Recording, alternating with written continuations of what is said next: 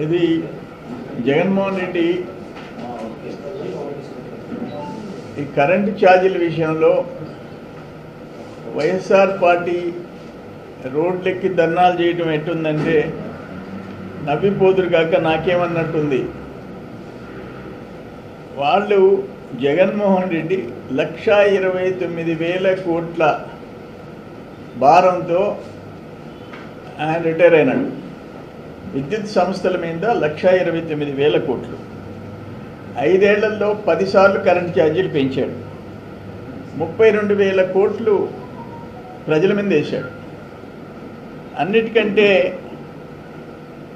2014లో చంద్రబాబు నాయుడు గారు ముఖ్యమంత్రిగా అయ్యి బాధ్యతలు తీసుకునే నాటికి 22.5 మిలియన్ యూనిట్ల లోటు ఉంది. 22.5 మిలియన్ యూనిట్ల లోటు 2019కి మిగులు విద్యుత్ కింద చేశాడు. 2019కి చంద్రబాబు నాయుడు గారు ముఖ్యమంత్రిగా 5 ఏళ్లలో 22.5 మిలియన్ యూనిట్స్ లోటుని సప్లస్ కింద చేశాడు. నేనేమంటాను, తమరు చేసిన పాపాలు మరో 30 ఏళ్ళు అనుభవించమన్నావు. సెకి 7,000 మెగావాట్లు యూనిట్ ₹2.49 అగ్రిమెంట్ చేశావు. పక్కన గుజరాత్ ₹99, 50 పైసలు తక్కువ. ఎక్స్పర్ట్స్ ఏం చెప్తున్నారు, మరో 10 సంవత్సరాలకి సోలార్ పవర్ యూనిట్ ₹25 వస్తుంది అంటున్నారు. అంటే ఈరోజు ₹2.49 అయితే దాంట్లో సగాటికి వస్తుంది. నువ్వు 30 ఇయర్స్కి అగ్రిమెంట్ చేసావు అంటే అప్పటికి నువ్వు ముత్తాతం అయిపోతావు. 30 ఏళ్ళకి నువ్వు ముత్తాతం అయిపోతాడు జగన్మోహన్ రెడ్డి. ప్రజల మీద భారం 1,00,000 కోట్లు, అడిషనల్గా 1,00,000 కోట్లు, సంవత్సరానికి 3,850 కోట్లు. దేనికి 1,750 కోట్లు లంచం తీసుకొని బరి తెగించి ఫెడరల్ బ్యూరో ఆఫ్ ఇన్వెస్టిగేషన్, ఒక అమెరికాలో ఉండే అంతర్జాతీయ దర్యాప్తు సంస్థ నువ్వు 1,750 కోట్లు తీసుకున్నావని చెప్పి నెలగాలే. సిగ్గున్నోళ్ళైతే ఒకవేళ జగన్మోహన్ రెడ్డి చెప్పినా మీ నాయకుల కన్నా, వైసీపీ నాయకుల కన్నా రోడ్డెక్కేదానికి సిగ్గుండాలి. 30 ఇయర్స్. ఇప్పుడు పక్కన గుజరాత్ 50 పైసలు తక్కువ చేసుకుంటే నువ్వు 70 పైసలు 80 పైసలు తక్కువ చేయి అగ్రిమెంట్.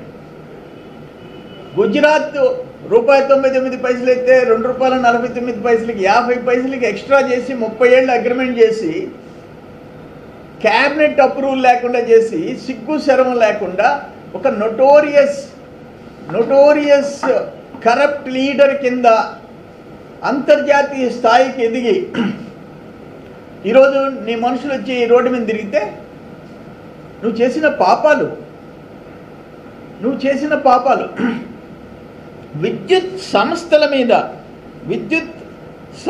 మీద నువ్వు 49,000 కోట్లు అప్పులు చేసావు. 3 డిస్కాముల మీద 49,000 crores. ఒక్క ప్లాంట్ నిర్మించలా, ఒక్క కొత్త ప్లాంట్ నిర్మించలా.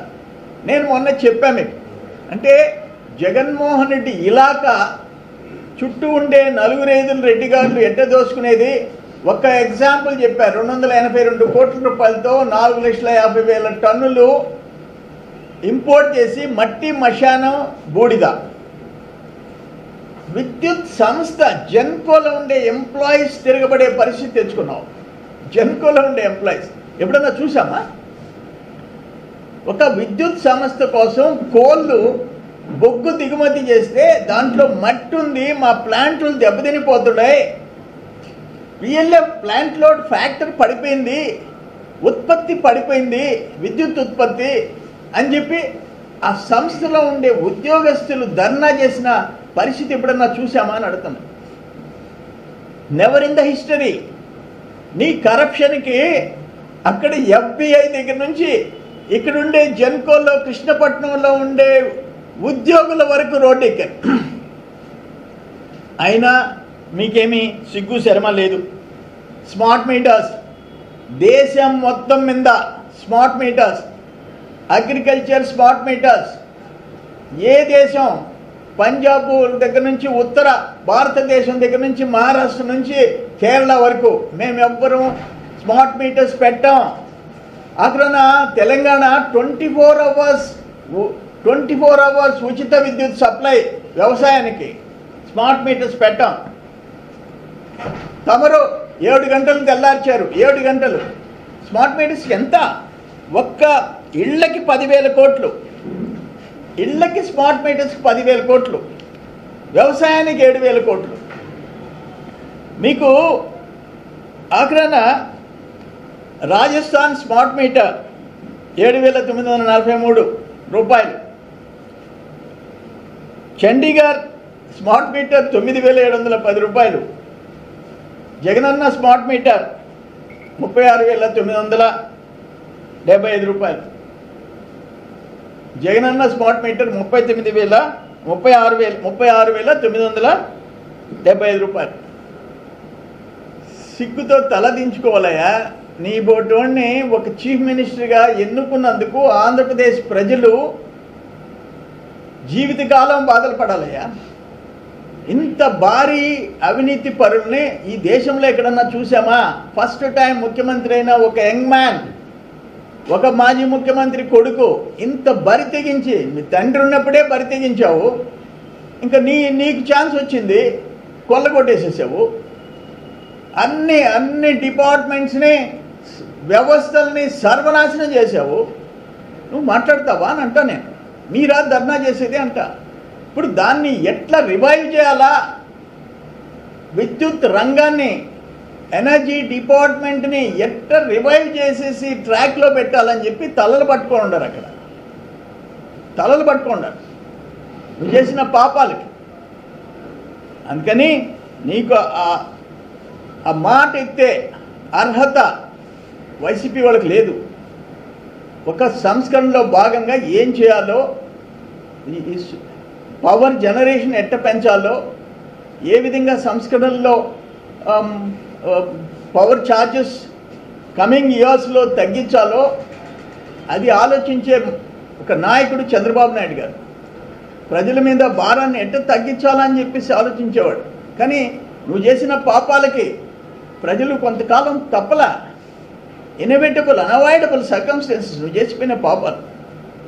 అందుకని నేను పదే చెప్తుండా, ఈరోజు ఆంధ్ర రాష్ట్రం అప్పుల్లో మునిగిపోయేదానికి 9,75,000 కోట్లు టోటల్ అప్పు.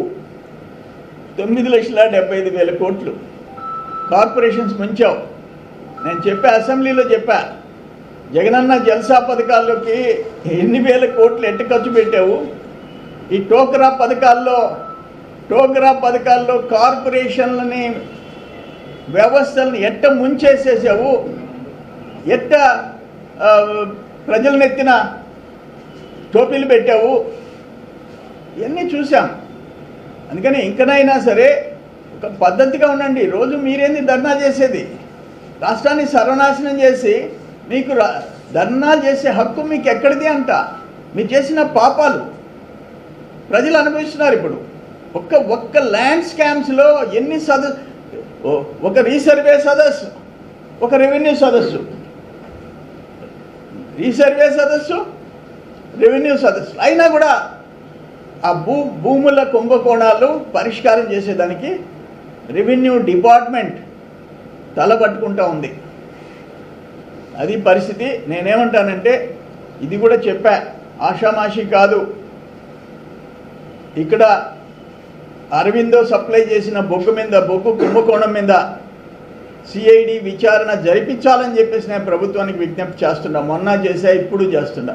ఎందుకంటే 282 కోట్లు కొనుగోలు డబ్బు కాదు, దానివల్ల ఉత్పత్తి పడిపోయింది ఎంత, ప్లాంట్ లోడ్ ఫ్యాక్టరీ పడిపోయింది ఎంత, జనరేషన్ ఎంత తగ్గిపోయింది, ఎన్ని వందల కోట్లు గవర్నమెంట్కి నష్టం.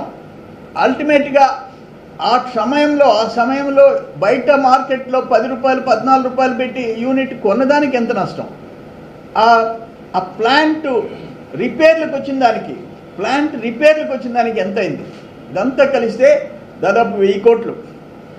ఒక అరవింద్ విజయసాయిరెడ్డి వియ్యంకుడు కోసం నువ్వు కృష్ణపట్నం జెన్కో ప్రాజెక్ట్ని సర్వనాశనం చేశావు.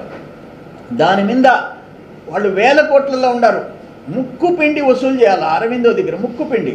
మీ వల్ల ప్రజలు భారం అనుభవించడం కరెక్ట్ కాదు. మీ దగ్గర నుంచి వసూలు చేయాలి. సిఐడి విచారణ జరిపించాలా, దోషుల్ని శిక్షించాలి. ఏమా